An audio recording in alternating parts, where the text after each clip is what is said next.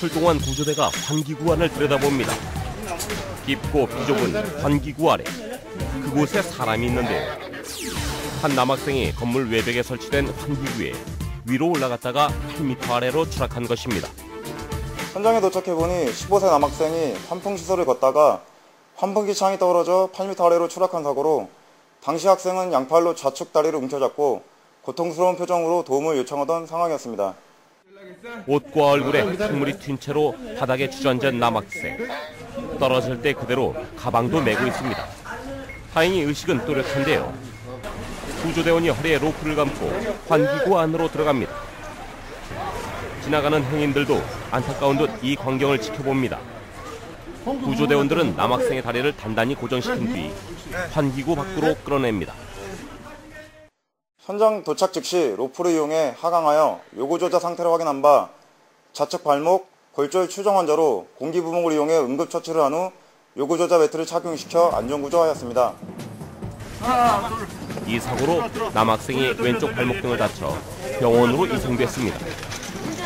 경찰과 소방당국은 건물 외벽에 환기구 위로 올라가다가 환기구 덮개가 부서지면서 사고가 난 것으로 보고 있습니다.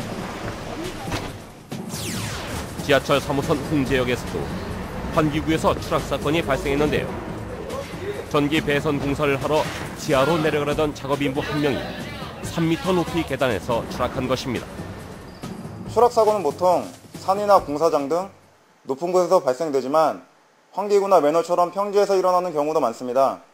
추락 사고는 한번 발생하게 되면 대부분 골절 이상의 큰 부상을 입을 위험이 있습니다. 추락 사고의 경우 골절이 되거나 척추가 손상되는 부상으로 이어질 수 있어 주의가 필요합니다. 특히 추락한 사람을 섣불리 구조할 경우 척추 신경을 잘못 건드릴 수 있기 때문에 추락한 상태 그대로 두고 신속하게 병원이나 119에 도움을 요청해야 합니다. 추락 사고는 대부분 부주의에서 발생합니다.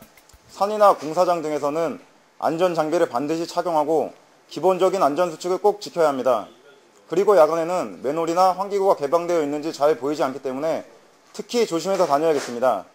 그리고 관리자는 시설 안전 상태를 정기적으로 확인하시면 좋겠습니다. 사고 발생 시 당황하지 마시고 핸드폰으로 119에 신고하시고 만약 핸드폰이 없으시 크게 소리쳐 구조 요청을 하시면 되겠습니다. 안전사고의 대부분은 나는 아니겠지라는 안일함 때문이라고 하는데요. 위험은 예기치 않은 순간에 찾아온다는 사실 잊지 마시길 바랍니다.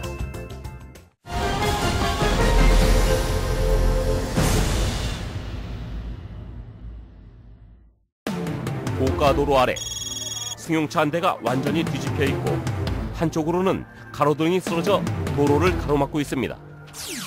도봉구 신도봉 사거리에서 승용차가 가로등과 부딪혀 뒤집힌 사고가 발생했습니다.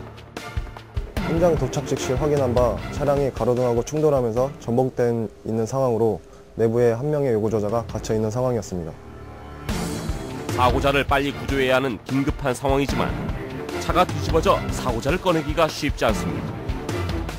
구조대원이 유압 장비를 이용해 차 안의 공간을 확보하고 안으로 진입해 운전자를 구조합니다. 차량 내부의 요구조자가 의식은 있으나 움직일 수 없는 상황이었고 차량 좌우측 문이 심하게 찌그러져서 문이 개방되지 않아 유압 장비를 사용해서 문을 강제 개방한 후에 요구조자의 2차 부상 방지를 위해 차량 내부에서 안전조치를 하고 꺼내게 되었습니다. 이 충격으로 운전자는 어깨와 가슴에 통증을 호소해 인근 병원으로 옮겨졌습니다. 경찰 조사 결과 사고 당시에 사고 운전자의 혈중 알코올 농도는 0.09% 면허 정지 수준이었습니다. 차량이 차로 분리대 쪽으로 기울어져 아슬아슬하게 걸쳐 있습니다. 앞부분은 형체를 알아볼 수 없을 정도로 찌그러졌습니다. 마포대교 아래 강변북로에서 일산 방향으로 달리던 승용차가 차로 분리대를 들이받은 것입니다. 차는 분리대와 충돌한 뒤 도로 가운데 있는 방호벽과 부딪혔고 30대 운전자가 머리를 심하게 다쳐 그 자리에서 숨졌습니다. 두 사건의 공통점은 바로 한밤중에 일어난 사건이라는 점인데요. 야간이 주간에 비해 시야가 어둡고 음주운전이나 졸음운전의 위험성이 많아 사고에 노출되기 쉽습니다. 야간에는 아무리 시력이 좋다 해도 주변 환경으로 인해 저절로 시력이 저하되고 사람의 신체가 갖는 리듬의 영향으로 자연히 졸음이 오게 됩니다. 또한 전조등 불빛이 눈을 심하게 자극하면 그때마다 눈의 동공이 축소되었다가 확장되면서 눈이 피로하게 되고 사고로 이어질 수도 있습니다. 실제로 최근 5년간 서울 지역 교통사고를 분석한 결과 야간에 사고가 일어난 비율이 주간보다 평균 3.4% 높았습니다. 특히 교통사고 사망자 10명 중 6명은 야간 시간대에 발생해 야간 운전에 특별한 주의가 필요합니다.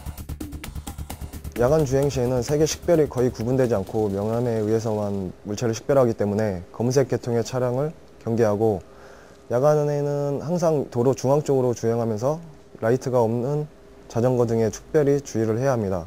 그리고 전조등을 켜서 항상 자신의 존재를 상대방에게 알리려고 노력을 해야 하고 야간 주행 전에 반드시 전조등 점검을 실시해야 합니다. 집중력이 떨어지고 시야 확보가 어려운 야간 운전. 평소보다 속도를 줄이고 안전거리를 충분히 확보해 불의의 사고에 대비해야겠습니다.